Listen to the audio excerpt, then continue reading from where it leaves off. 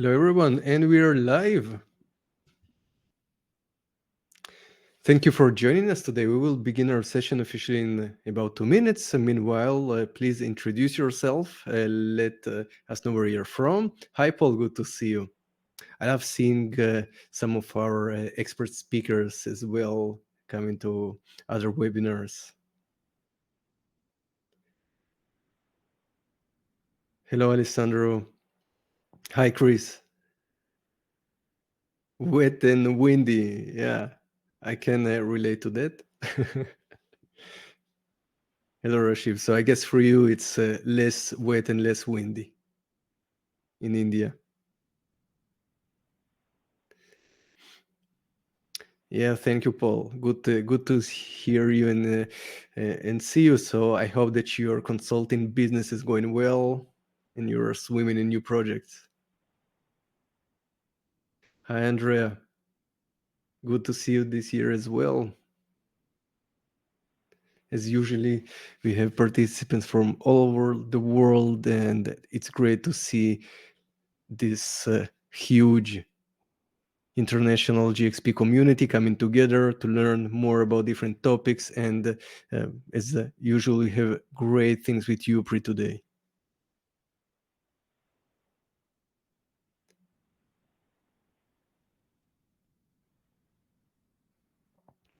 So I hope you can hear me clearly. And we'll start in about 1 minute.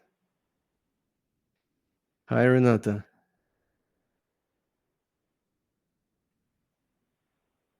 Hello, Helena. Thank you for joining us today.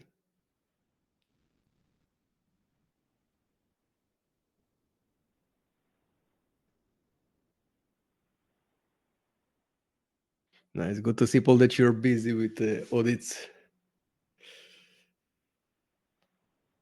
Quite a lot of traveling, I guess. Yeah, I'm great as well. Very happy to start this year with some great events.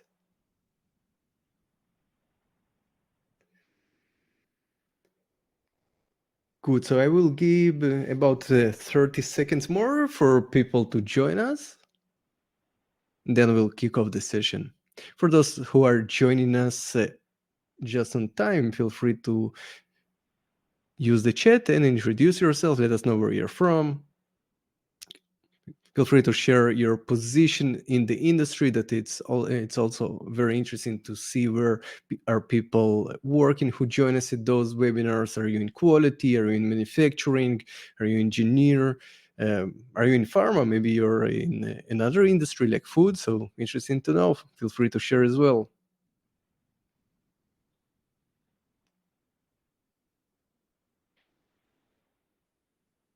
Hello, Michelle. Good of you to join us. Thank you for sharing. Good. So let us kick off this session while people are still joining us. So hello, everyone, and welcome to today's webinar by Qualister in partnership with UPRI. My name is Jan, and I will be your main moderator for this session. Today's discussion explores the topic, the 5 hidden costs of temperature compliance. And in this webinar, you will learn more about ensuring compliance and protecting your business and customers. Please be aware that this event is recorded and the link to the recording will be sent to you within several days by UPRI. This webinar is scheduled for around 60 minutes and it also includes a Q&A session at the end. And if you stick with us until end of the session, at least until the end of the lecture, we will send you a certificate of attendance sponsored by our event partner UPRI. And now I'm eager to introduce to you the speakers at today's webinar, Ales Ukmar and Jakob Conradson. Ales is the senior product consultant at UPRI and Jakob is a co-founder. So I will let them take the stage and say a few words additionally about themselves and about UPRI. So thank you for the introduction, Jan. So yeah, my name is Ales, and as Jan told, I'm the senior product consultant here for UPRI.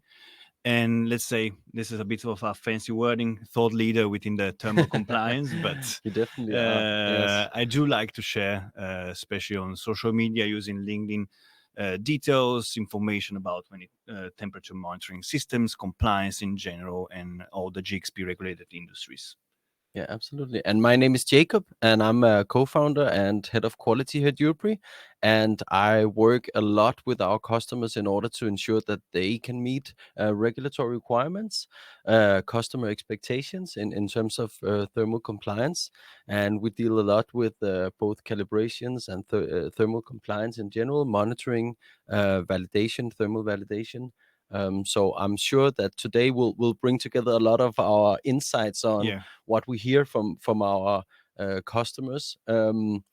I think this has really been an interesting opportunity for us because we get so many inputs from our customers on where do they see some of the hidden costs of thermal compliance, where are some of these things that our customers haven't thought about when implementing or updating the thermal compliance processes. So Yes. definitely will be sure. Yeah. Perfect. So, just a brief introduction. Who are we? What is UPRI, right? So, at UPRI, we are all about temperature compliance, kind of, but in a smarter way. And a pillar is actually here, Jakob, and it's basically rethinking the way of how calibration is done. And let's say let's not go into this right now. Probably we'll actually for sure we'll address this later, but basically we develop a technology to make calibration simple and much faster. But we'll go through that at the end of the session, so hope that's okay. Mhm. And yeah, Jakob. Yeah, thank you very much. So, as Jan also always already mentioned, we'll go through some of the pitfalls of resource usage, we could say, on thermal compliance. So, first of all, today we'll talk about what is thermal compliance, which processes are involved. And then Alit and I have broken our brains down, put them in soapy water to find out what are sort of the top five processes we see where a lot of hidden costs is hidden. And we'll go through the validation and mapping, deviation management, ongoing monitoring, calibration, and audits. And we'll take out some of those points where we see a lot of resource usage or cost is being spent where it might not be evident for either top management of our company or other departments that there are a lot of resources being used here. And also, we'll give some hints on how to avoid those hidden costs the best Exactly. we can. Some of those have to be accepted. Some of those we can actually try to de-navigate. Also, feel free to ask questions along the way. We have Anya, our beloved colleague, sitting here on the chat, answering your questions along the way. And furthermore, we'll also try to interrupt each other today and see if there's any interesting questions popping up in chat. We can see it down here. We'll try to answer those. But nevertheless, we have a Q&A session at the end. Exactly. So, but I'll just jump right into it and talking about thermal compliance. And thermal compliance is truly an interesting field because the whole concept of thermal compliance is not a topic itself within regulatory requirements. It's not a specific topic, but it's a deep embedded into a lot of the regulatory requirements there are. And there are also predicate rules regarding storage conditions. But the thing we often see is that thermal compliance as a concept is not really clear to a lot of organizations, because what exactly do you need to adhere to? Well, the predicate rules and all the regulatory requirements are quite vague. So you have to go for guidelines, ISP guidelines, WHO guidelines. And what does that mean in terms of the processes involved? And that's really what we're going to dig into today. So first of all, this is my new favorite illustration we have here. This is a small introduction to all the different processes that are involved in maintaining thermal compliance. In the center here, we have I think it's an incubator. It could be a fridge, a freezer, even a warehouse, a temperature controlled environment. And all these different processes are basically part of maintaining thermal compliance. Um, So some of the things we'll go through today is, of course, validation. How do we validate our equipment, making sure that it's compliant to all the different types of requirements there are? How do we ensure that the equipment fulfills the intended use and the process that it needs to be part of? Deviation management. If something happens along the way in the usage of this equipment, how do we ensure that we have the data so that we can make a fulfilled deviation management? How do we ensure that it does not happen again? That's also part of the processes that one needs to account for.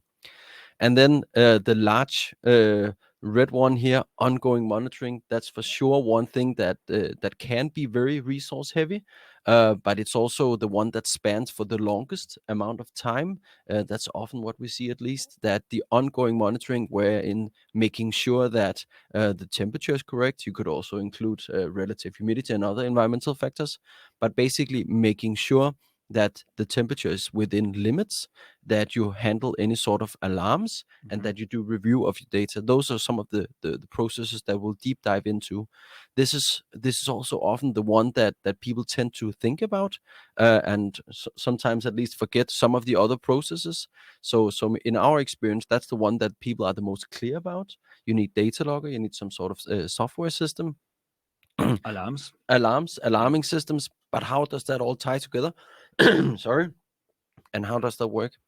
Another parts are calibration. The equipment needs to be calibrated, but how often and how do you deal with the processes?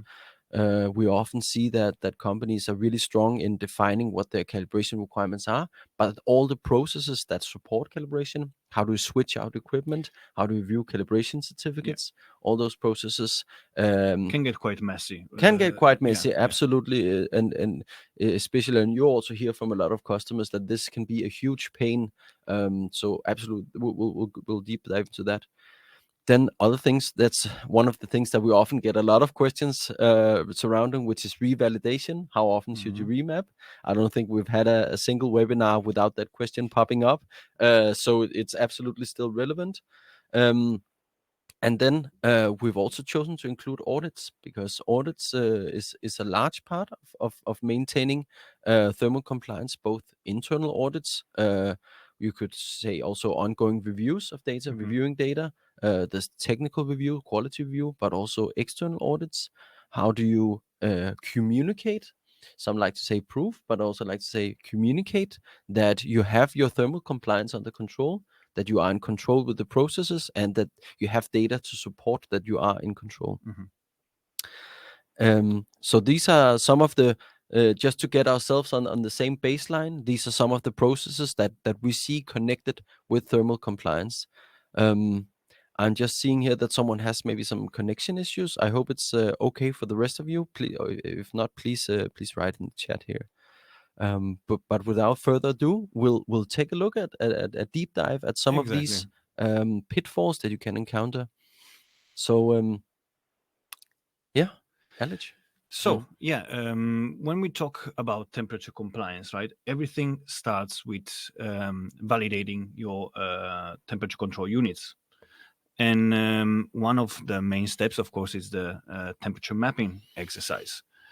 Here we have many different pitfalls. I mean, everything can get wrong here, right? Absolutely. So one of the main things, as Jakob, you mentioned before, is choosing first know what we are actually validating, what is the what are the actual requirements, and here actually perhaps what's the right button?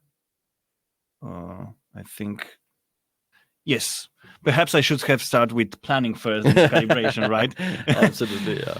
Rookie mistake. But yeah, so planning. Planning is crucial for a successful temperature mapping, and also to avoid those really those pitfalls that can be extremely costly when we talk about thermal compliance here.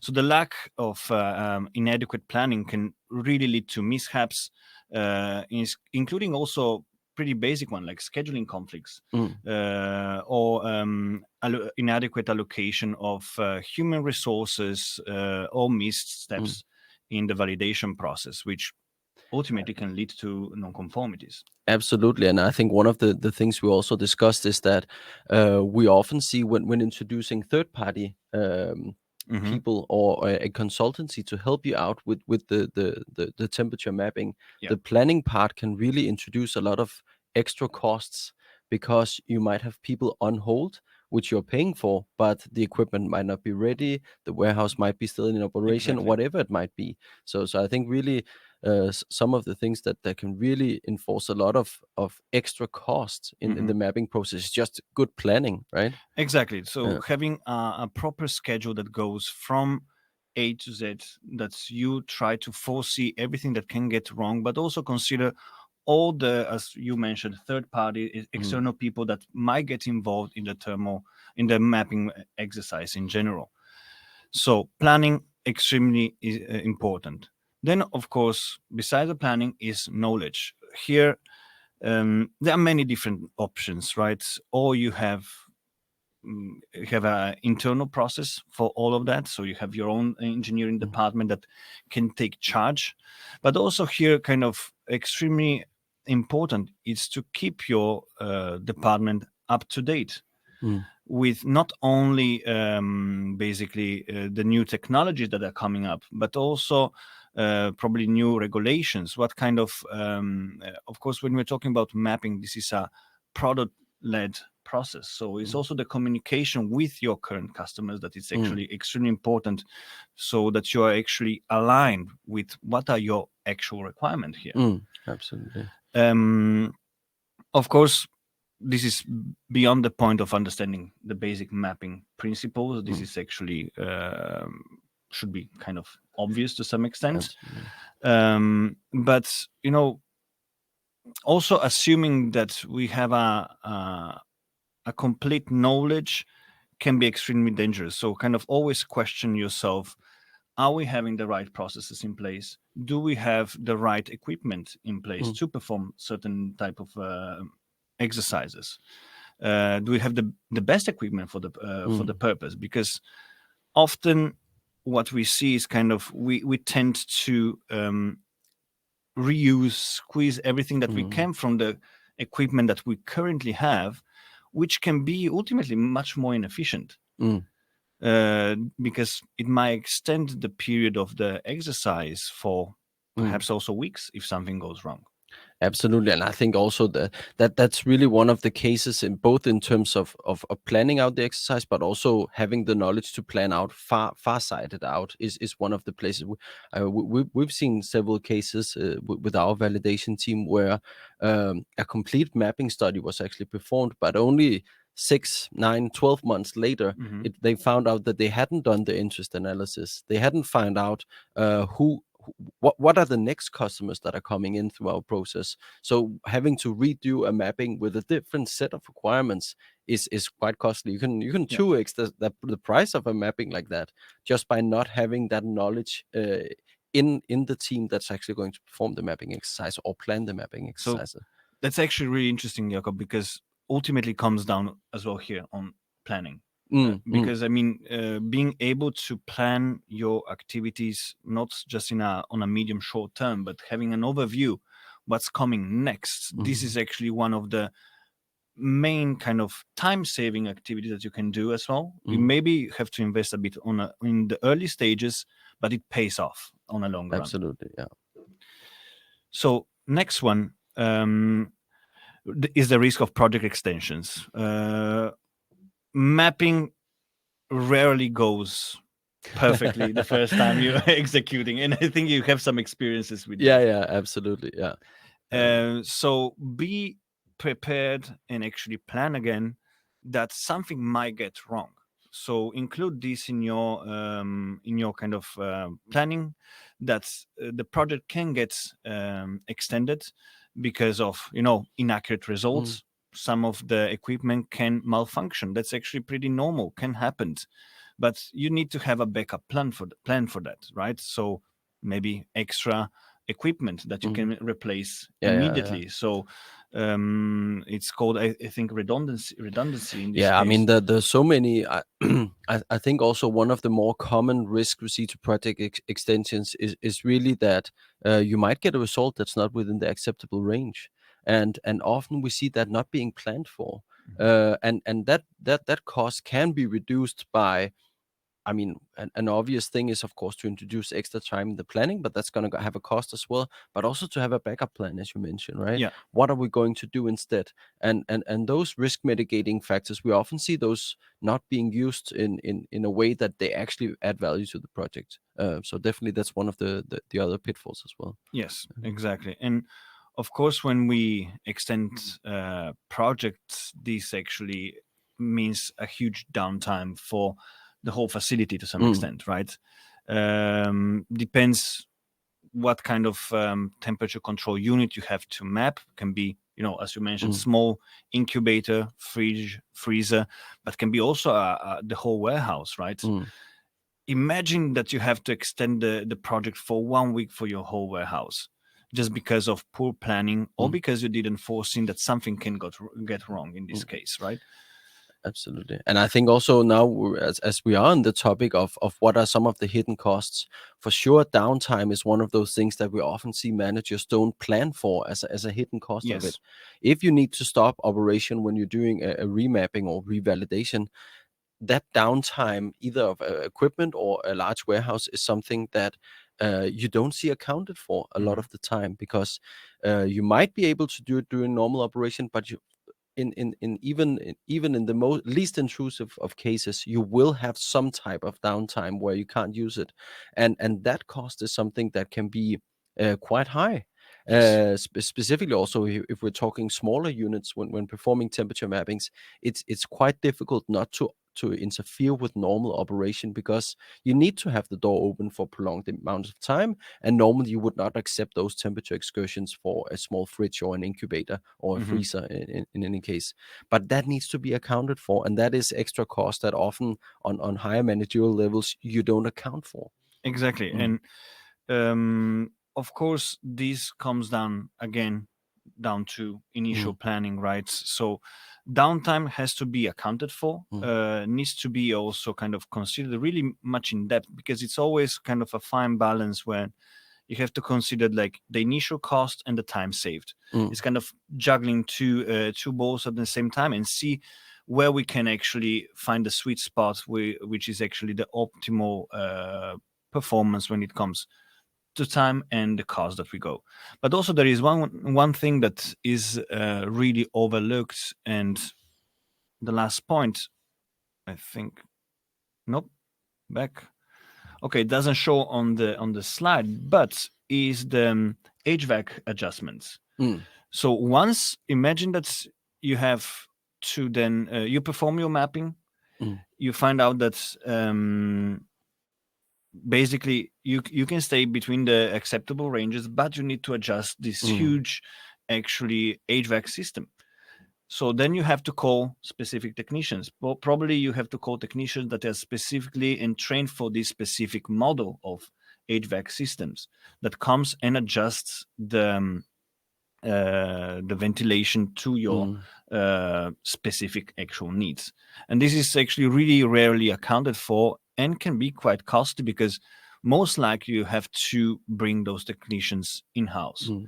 And we have HVAC systems that are produced probably somewhere else, and that can be actually you have to fly a technician into your facilities. Absolutely. Well, thank you very much. I think we'll head on to the next topic here, which is as I mentioned before, I think it's one of the ones we see that are more clearly defined within organizations, and so in that sense, it's also often something that we don't see people tremble or fall over. It's something that's very good, but still, we see specifically in the higher levels of organization that the ongoing monitoring and the cost associated with those are not really clearly understood. So in that sense, they can be sort of hidden costs. So first of all, having deviations that are not detected, that's surely one thing that can have a huge impact, and I think it can go from very little impact to very high impact. But when when you're having a monitoring system, it's just so important that you consider, is there a hidden cost if we are not compliant? Basically, if we have alarms that we do not respond to, or we have temperatures that turn out to be non-compliant, this is one of the things we often hear when we're talking to quality people or in the quality departments around there, that the top management does not often understand what does it cost if we don't buy the solution, and we often like to talk about it, that we're sort of introducing insurances, right? I mean, hopefully you should never get an alarm from our system. That would not be very good, but it does happen, of course. But what would happen if you didn't get that alarm? So in that sense, it's quite important to be able to communicate what would be the cost of not having deviations detected, so that we can actually do something about them before they turn into larger deviations. Um, and also one of the process and the resource usage we don't see a lot of people account for is basically performing and documenting ongoing reviews. So what does that mean? There are several regulatory requirements that basically dictate that you need to do some sort of trend analysis.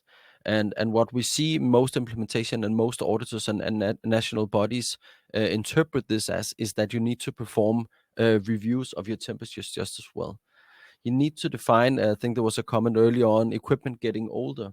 How often you need to do this is something that's we see a large variance in from country to country. We're represented in around 50 different countries, and we see on all continents, and we see a large variance in how often do you need to perform these reviews.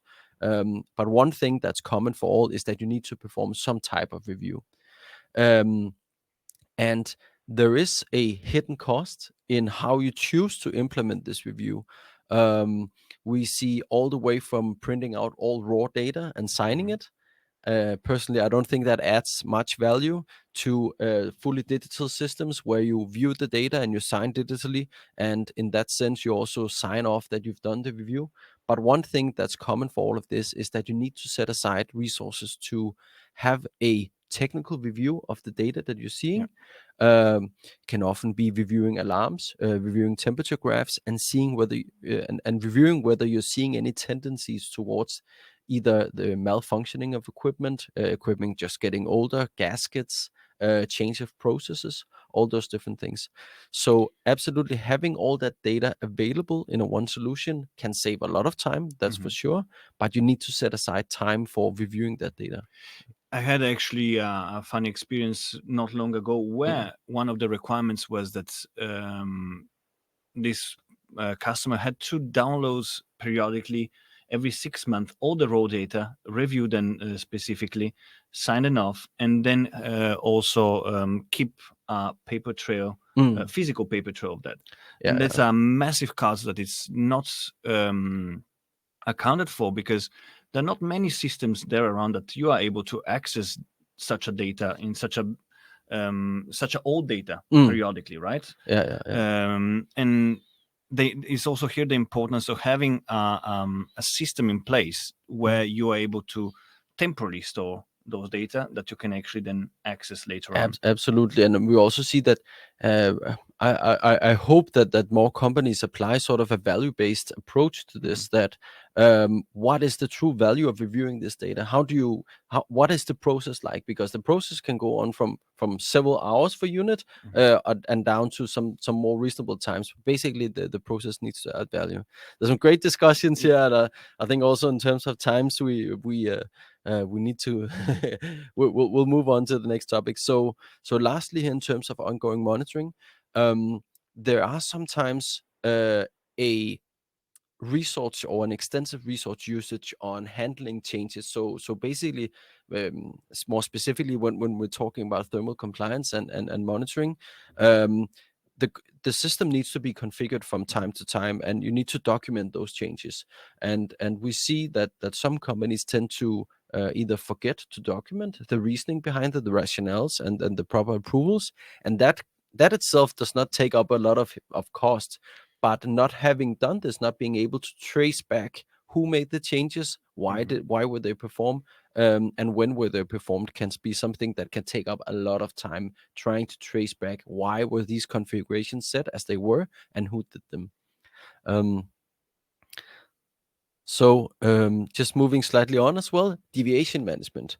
So deviations, when we're talking temperature and thermal compliance, is something that we often get asked to. How much of deviations can we handle? For how long time? How much temperature rise does it? How much is critical in a temperature rise for how long periods of time? I know the NHS have just released last year a tool online where you can go in and actually assess for different compounds the time and extent of these.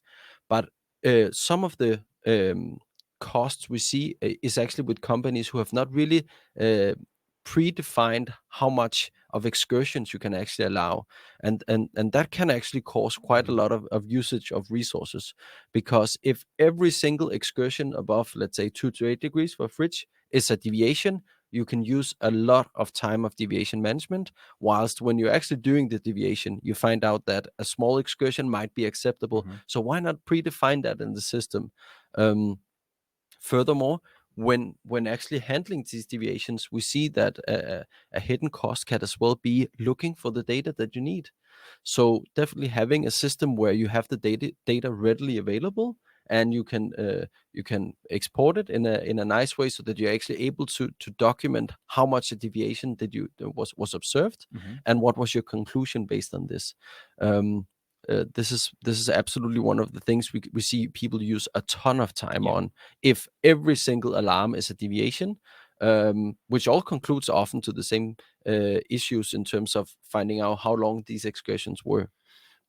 But don't you think that this is actually it comes down to reviewing your processes from time to time, periodically and systematically review your processes, because perhaps an old process, it gets really inefficient moving forward, and the time spent in reviewing and write a new process in place is actually much cheaper than trying to adapt new technologies or new requirements to an old way of doing stuff. Absolutely. So just moving on as well. And then lastly, not to forget, of course, removing the risk of deviations with ongoing monitoring and training is, of course, one of the key elements to remove deviations in the first place. It often, when we help our customers to solve some of these deviations, try to estimate them, often it comes down to poor training. Or poor processes. I think we as quality people should take some of that responsibility. It's our responsibility that people are trained in how to use the different pieces of equipment. Absolutely. But do you have maybe an example of how you could remove the risk of deviation in this case? I think, first of all, as I mentioned, it's a really good question. First of all, as I mentioned, clearly defining what an actual deviation is somewhere where I see sometimes, at least, that the definition of deviation times to be too strict, because when you every single fridge or freezer or temperature controlled chamber is going to have some deviations outside. Of course. It's I have yet to see the one that has no deviations at all. And if there are no deviations, you're probably measuring wrongly. So having that discussion up front in your process when you're developing your processes, to be able to filter out those that are not really truly critical, I think is a huge cost saver. And then on the other hand, just training can really go a long way. We see some really great examples of having clearly defined training, where how long time can I open fridges and freezers or temperature controlled chambers, and also having the process in place so that everyone understands the importance of thermal compliance, because it does create a lot of resource usage, for sure. But moving on. So when we are talking about temperature compliance, we cannot not talk about calibration, and that's actually a recurrent necessary evil, maybe, which is not really evil, but it is a fundamental part that must be of your let's say annual annually reviewed, right? So also here, when we have to recalibrate our temperature monitoring system, we have again to consider the downtime. So what that means? Of course, means that there are various solutions that you can have, or you have a process in place that is able to speed up this calibration process. So automated calibrations are out there. We are actually example one of those. But also one of the solution is having a backup monitoring system to put in place when you have to perform the calibrations. But it's also here that it's quite inefficient, it's quite costly. So another thing that it's often overlooked, and this is more tied to mapping activities, is the post calibration verification. So once you do a mapping exercise, the mapping it's not ended until you do also the end calibration. The end calibration will basically confirm or deny if your actually data are actually reliable. And of course, when we start an exercise, that's just half of the job. I mean, it's really often overlooked how much impact like an end calibration can have on the overall results of the mapping exercise in general. Absolutely. Of course, then it's also calibration errors here. Once we have a device and it's working properly, we tend to think that will do forever, right? But you mentioned before that as well, that equipment gets old. Equipment is meant to be used. So, of course, there will be a drift. The calibration might be not successful. And that means that you have to or recalibrate. This is one of the best case scenario, that you just have to redo the calibration. But perhaps you have to kind of change the whole piece of equipment in this case. And then you don't get your money back from the calibration, right? In Absolutely, this case. yeah. And that is really definitely also some of the places where we see a lot of myths going around in terms of buying versus renting equipment. That it says that there's a guarantee of 5 to 10 years in it, and that's absolutely true. But not in the sense that the equipment might drift over time. And the drift might be getting higher or lower. We don't know. So that is also a factor that makes data loggers in specifics, and especially unreliable, and makes them end of life, basically. So that cost related to how often do you need to calibrate it, and also what do we do if the results are not good anymore. That's really one of the things that are really hard to, first of all, estimate, because you don't know when it's going to happen. You might have some estimations, you might have some tendencies, but in reality, for down to the single data logger, you do not know when it goes out of calibration. And not all systems can be corrected so that you can fine tune the error back, but that's yet another calibration again. Exactly. And that's definitely some of the risk. Yeah.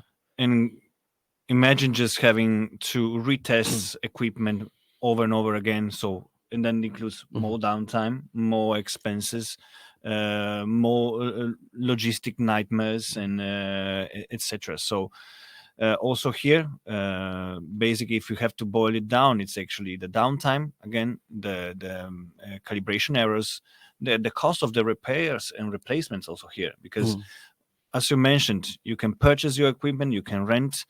Both of the solutions have the advantages, but also disadvantages.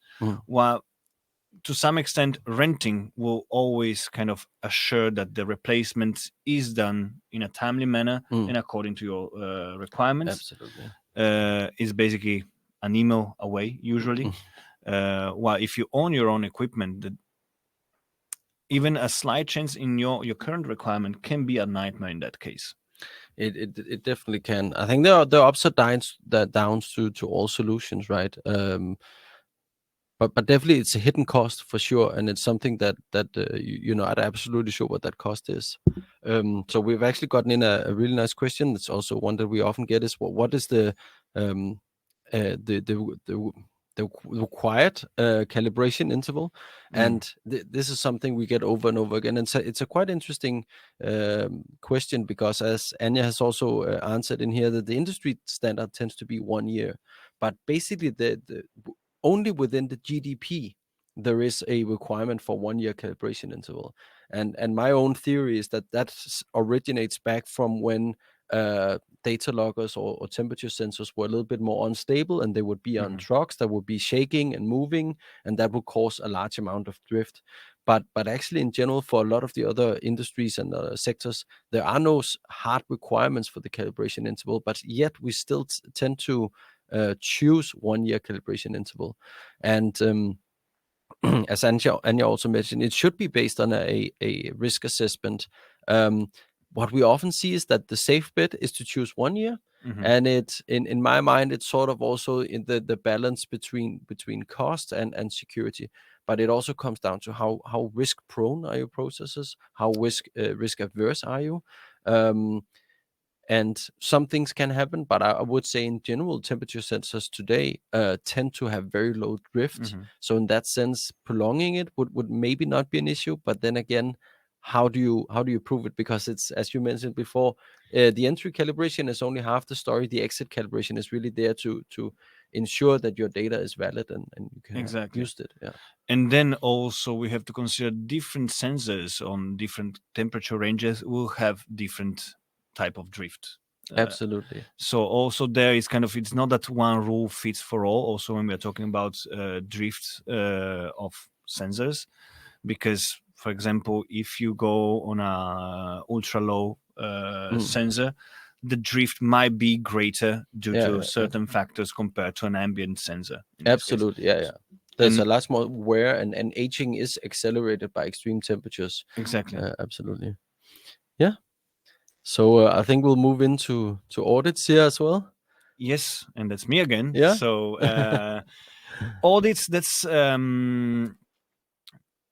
so when we talk about audits, right? We basically we are audited by an external body or by some customers as well, and it's a proof of compliance as well.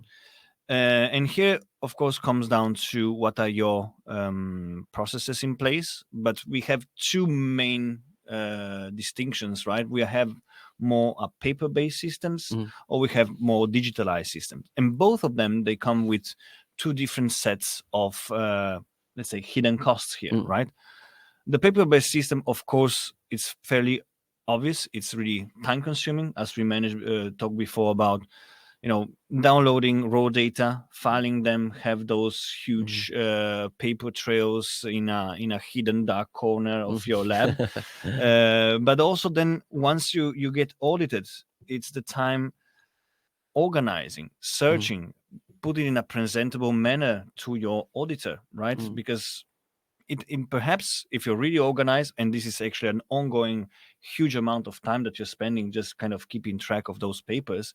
But otherwise, let's be realistic. Sometimes you do when the needs comes, right? And then you have a week of panicking where you're there working on that. And that's actually something that's a digitalized system. It might really assist you in optimizing those paper trails. Of course, more people are handling data, paper, certificates. Humans are prone to errors. So there will be a greater error margin in this case. And actually, I have written down a fun fact, but basically that the American Health Information Management Association, they said that adopting a digital system can reduce up to 85% of mistakes compared to a paper record. So that's also to consider. Do we want to invest into a software that keeps all those paper trails and records in a more efficient manner, or we want to try to store all of that manually, maybe having more control over it? Because at the end of the day, you do have a more control over it, but then you have to account for the risk that you're more prone to errors in this case. And also something that is overlooked is actually document disposal, especially physical records. How do you dispose them in a safe manner? With digital software, it's basically a click. Yeah. Wow, there maybe you have to have like one of those document shredders and have an intern dedicated to shred documents 24/7. But and also one thing is data recovery here. When we are talking reviewing the paper, having an organized system that is easy accessible, you can easily recover data. And you can actually, because as we said, errors will happen, is unavoidable. So you need to have something in place as a backup plan also here. When we talk about digital systems, right, it's also, that's maybe it's not overlooked, but it's also underestimated, I would say, is kind of the data migration that sometimes it takes when we switch, maybe when we move from past records into a new system. And something that is really kind of getting more and more important is the data security and compliance in this case. Once we enter the digital world, then we have to ensure that the security of digital documents in the digital system must comply with all the data protection regulations wherever you are. So you have different applicable regulations. And if you are also an international company, maybe you have to comply to multiple regulations in this case. And that can be really costly and often requires a whole department just dedicated to that. But in my experience, and from what I heard from the people I'm working with, those are the main things that impact the cost of all this in general. And all of that comes down to the we are talking to humans in this case. So more organized you are, less chances to someone look deeper into your processes there Absolutely. And I think that's also one of the things we see. It might not be a hidden cost per se, but I think as someone who's responsible for the thermal compliance, you'd want to satisfy auditors fairly quickly, right? Yeah. And really being able to show them with a quick overview, this is what we have in monitoring, these are our processes, and this is the data and the documentation that we have in place. And we see with the companies that have really adapted and being able to show that quickly and concisely and with a strong mindset, that auditors will often not dig too much into it. Of course, it does not diminish the need for thermal compliance in any way, shape, or form, but it shows the auditors that you have things under control when you have a system in which you can show them exactly this is what happened 4 months ago at 2 a.m. And this is our deviations, and this is how we handle them, and here is the data to prove it. Because ultimately, control builds trust in these cases. Absolutely, yeah. And then, as a small sum up here, Yes. So as we spoke mostly about those two processes, right? Monitoring and mapping. So as a just kind of quick overview, I think I said multiple times, downtime is one of main drivers of main cost drivers when we're talking about temperature compliance, and this includes changing equipment, includes periodical calibration processes.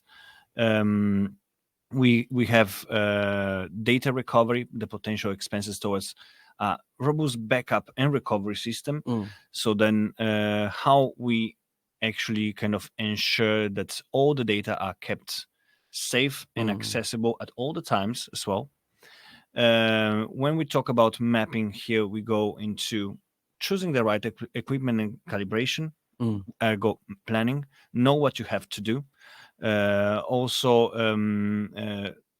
defining clearly the scope of the exercise. And I think I forgot to mention before, when we're talking about mapping, having a too wide of a scope can be extremely detrimental when we're talking about efficiency of the exercise in general. Absolutely. And I think a good example that we have discussed previously is also in the case of which is a kind of a funny example as well, but we see companies with temperature controlled warehouses that perform power failure studies even though they have power backup generators. And I think that is a good example of where sometimes the scope can be too wide, because you have a process and a risk assessment in place that you will be able to operate your facility with backup power in a matter of seconds, basically, but still performing power failure studies, which is an extensive study, is one of the places where you add up costs, basically, without it basically being necessary. Yeah, exactly. So again, here comes into place like many different things, like knowledge, as I mentioned, like knowing what you have to do. And this is actually for both, because we do have examples of bigger companies that do mapping on a regular basis. So it's also the maintenance of your equipment in general. Absolutely. It does cost quite a bit to keep all the equipment safe. Sometimes it might even require a temperature control room to keep your instruments itself. So that's also not considered very often. But yeah, I do think I covered most of the main topics here. Yeah, I think absolutely. I think also we had it's actually a really good question from Paul here. Do you agree that most issues come from a lack of good user requirement specifications? I think it really ties down to what you said earlier, right? Having a clearly defined plan in some sense, but also the requirements. And I can really feel that question, Paul. Is a great question, because what we see, where we see introduced costs in a lot of cases where we perform thermal validation or mapping, is really down to the fact that the requirements have not fully been understood. And that really ties into what you said earlier, right? That if you do not keep, we normally tend to say you need all the stakeholders in this place. You need management in order to look long term. What do our customers require? You need the specific customers in place. What are their requirements? You need the operational team, and you need the quality team in there as well, to find a common ground on what are the true requirements of this. So absolutely agree that good user requirement specification is really the foundation of both ensuring good quality, but I think also ensuring an efficient process, a cost-effective process. And maybe that's also a question to you. Do you think that we as working in quality department are good enough at selling some of those benefits to management when it comes down to improving the efficiency of some of these processes? Well, as a commercial person, I'll say no. Yeah. But I think apart jokes, I think you do a great job in showing how a proper, validation master plan, if you have all those kind of little boxes checked in place, how relatively complex exercise can be executed extremely efficiently. So I do think the quality team and the validation team, you're doing an exceptional job when you go actually on the site, or you do your remote mapping. But maybe I could ask you another question. So you're part of the sales process often, right? Dealing both with the people who are going to use the systems or the services, but you're also in contact with the decision makers, those who have to make the decisions in terms of understanding why there's so much hidden cost involved in this. What is your best advice in terms of being able to really show management or the decision maker what these hidden costs are? I think the most important thing for the management is to listen to the people that actually are using and executing those activities, right? Listen to the people that are using the mapping kits or performing the validation processes, or have to take care of the thermal compliance in general, because it's easy to kind of diminish and overlook certain issues that might, first of all, assist this person in executing their job more efficiently and dedicate and allocate time to value producing activities instead of kind of keeping manual paper trails. So the people that works hands-on with those activities, they know the best, and I think every company has those people. Absolutely. So what you're saying is also really to try to focus on some of the value adding activities that you would perform If Exactly. not, a lot of these sort of manual processes are in place. So thank you very much. I think we've moved on to the questions and answers. We have 8 minutes left here. We've been talking. There's been some great questions. Oh. So while we're just looking maybe for some questions here to come through, maybe I want to ask you one more question then. Actually, so what do you see some of our customers being the most surprised by in terms of resource usage when having to deal with, or cost, resource usage, time, whatever you like to call it, in relation to maintaining a compliant facility or fridge or freezer? It might sound weird, but I think we still work in an extremely paper-based industry to some extent. So people get, and for me, because I mean, working at UPRI, I started working with digitalized processes from the start. People get extremely surprised when you can show them how easy it's to access the information, the data, the certificates that they need in basically in a digital environment, because we are still used in our industry, in the life science industry or GXP regulated industries, to work in a paper-based process. So I think the main surprise is how easy can be something done if you invest in a more digitalized process, right? So technology can be frightening, but can be also awesome, because it can simplify certain processes that otherwise would take forever. And we had some customers that previously they were taking manually temperature on a daily basis, but for 50 fridges every day. That's insane in my mind. Just also sometimes I think we experience just the sheer number of times you have to do a task. I mean, it could easily be a full-time position, just doing 50 and not really professionally fulfilling, I would say. And definitely not value adding when you know that's a digital solution.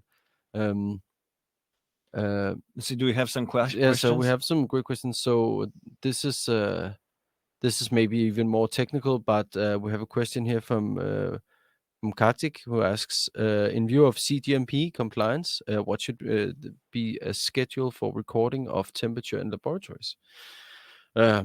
It's truly a technical question. I think is the frequency of the measurements? I expect it to be the frequency of measurement. So one of the reasons I believe this is not mentioned in most of the standards and guidelines is that it's there are often requirements. So some of the guidelines mention 15 minutes, some of them mentioned 5 minutes, but to really understand the underlying reasoning is basically that we want to catch most, not all. We can't catch all of them, but the temperature variations, and dependent on how large of variations you expect to see or you measure, you need to adjust your measurement interval. When all that is said and done, I've never seen a system that can't do every 5 minutes. I know our standard measurement interval is 3 minutes. I think most systems can do less than that, as an ours can as well. But choosing an interval of let's say 5 minutes is going to be fine for all laboratory or GDP or distribution practices. That's definitely going to be a lot. When we're talking temperature mappings, it can be a good idea, or it can make sense in some, especially like in door opening studies or power failure studies, where you want a really, really precise timing to have it at every 30 seconds or every 1 minute at least. But for ongoing monitoring, every 5 minutes it should be fine. But this comes down also to your risk assessment, and perhaps you can find specific position that can have a more frequent measurements and all that. Absolutely. And I think also in that discussion, I think it's also worth mentioning that one of the topics or things that I often see with when working with thermal compliance is that we tend to believe that our measurements are absolute and true, and they are not.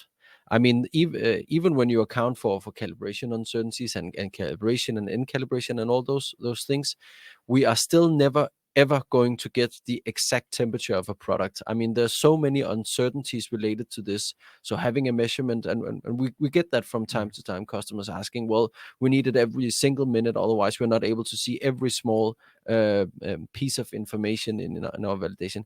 Well, the fact is, if you move a temperature sensor 1 meter to the left, or move it from one corner of the fridge to another corner, or just move it slightly, or you fill in goods, it's never going to be an accurate image of what the product temperature is. And that's basically what we're looking for, right? We're looking for what temperatures were those products stored under, or compounds, or whatever it might be. And there's just a great deal of uncertainties, and we need to account for this when we're setting up our monitoring system and all these things. But all in all, the results we're getting are never going to be absolute and true. That's for sure. I hope that answered some of your questions, at least. I have a question in this case. That means how other physical parameters behave, because I guess you've been talking here about temperature, but is the same also for humidity? Oh, that's actually a really good question. So a lot of these standards that set out specific requirements for temperature ranges, relative humidity ranges, CO2 levels, all these things, so differential, not specifically differential pressure, but let's take those three: relative humidity, temperature, and CO2. Those requirements are also made on a basis of allowing for some uncertainties. That's for sure. With relative humidity specifically, as an example, there is an underlying assumption that if you have ventilation in place, and the room is not too large, then you can actually assume that the vapor pressure, or the water content of the air, is evenly distributed. Okay. Which of course is never be true, but the only variations left are variations in temperature, which will affect the relative humidity. But then again, getting so close to those acceptable ranges is never advisable anyway. So in some sense, we should not put too much trust into our measurements as an indicator of what the product temperature or product relative humidity is. Hopefully we should not change the relative humidity of our products, and then those are normally sealed, but the storage condition wise.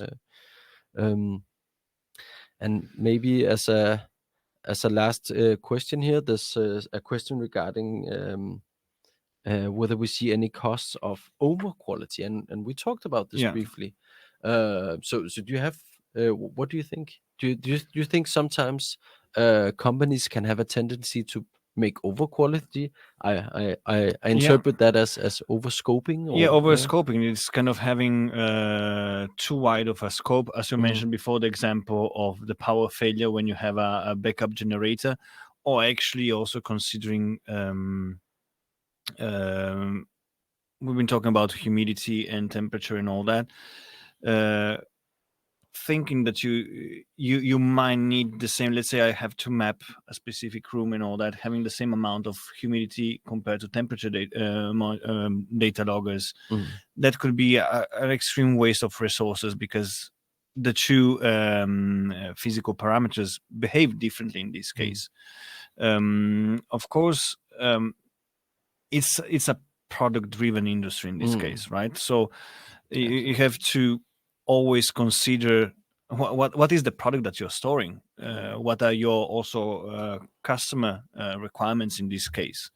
So it really it really very depends, but definitely there are examples, and here it comes down to training, knowledge, and doing your homeworks for everything that you do, and having a proper risk assessment in place.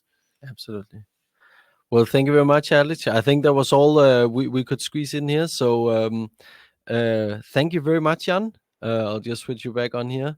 Thank you. Thank you, Jacob. Thank you very much for bringing on us here and allowing us to share some of our thoughts, at least.